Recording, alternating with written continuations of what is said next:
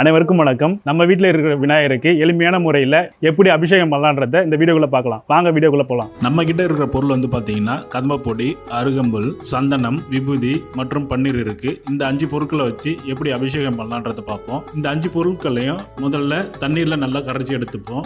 நம்ம விநாயகரை அபிஷேகம் பண்ணுவோம். ஒவ்வொரு அபிஷேகம் பண்ணும்போதும் நம்ம வீட்டில் இருக்கிற ஊதுபத்தி எடுத்து ஒரு தீபார்த்தனை காட்டி தெய்வீக முறையில் விநாயகருக்கு அபிஷேகம் பண்ணலாம். முதல்ல பார்த்தீங்கன்னா கதம்பப்பொடி, அந்த கதம்பப்பொடியை நல்லா கரைச்சி வச்சுக்கிறதுனால விநாயகரை அபிஷேகம் பண்ணுவோம்.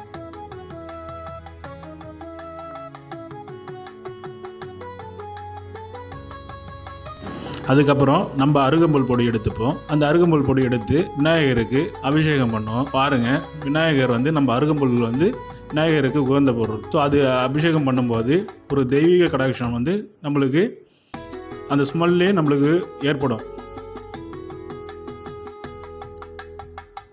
அதுக்கப்புறம் விபூதி அபிஷேகம் நம்ம பண்ணுறோம். முக்கியமான பொருள் பார்த்திங்கன்னா விநாயகருக்கு சந்தனம், அருகம்புல் பொடி, அப்புறம் விபூதி. இது 3 பொருட்கள் முக்கியமாக நம்ம வீட்டில் எப்பயுமே இருக்கும். அதை கொண்டு நம்ம அபிஷேகம் பண்ணுவோம்.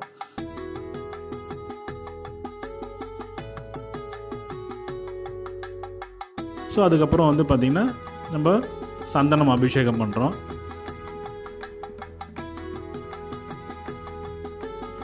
ஸோ இப்போ தீபாராதனை காட்டுவோம்.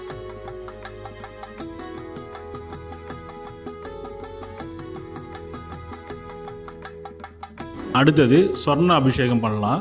விநாயகர் எளிமையானவர்ன்றதுனால வீட்டில் தங்கம் தான் வச்சு சொர்ண அபிஷேகம் பண்ணணும் அப்படின்றது இல்லை. எளிமையானவர்ன்றதுனால நம்ம வீட்டில் இருக்கிற வெள்ளி பொருட்களை வச்சியும் நம்ம சொர்ண அபிஷேகம் பண்ணலாம். பாருங்கள், விநாயகர் எப்படி அருமையாக நம்மளுக்கு காட்சியளிக்கிறார் பாருங்கள். இதுக்கப்புறம் நம்ம பன்னீர் அபிஷேகம் பண்ணுறோம். ஸோ இந்த பன்னீர் அபிஷேகம் முடிஞ்சதுக்கப்புறம் பார்த்திங்கன்னா சுவாமிக்கு எப்பயுமே நம்ம தீபாராதனை காட்டி வழிபடலாம்.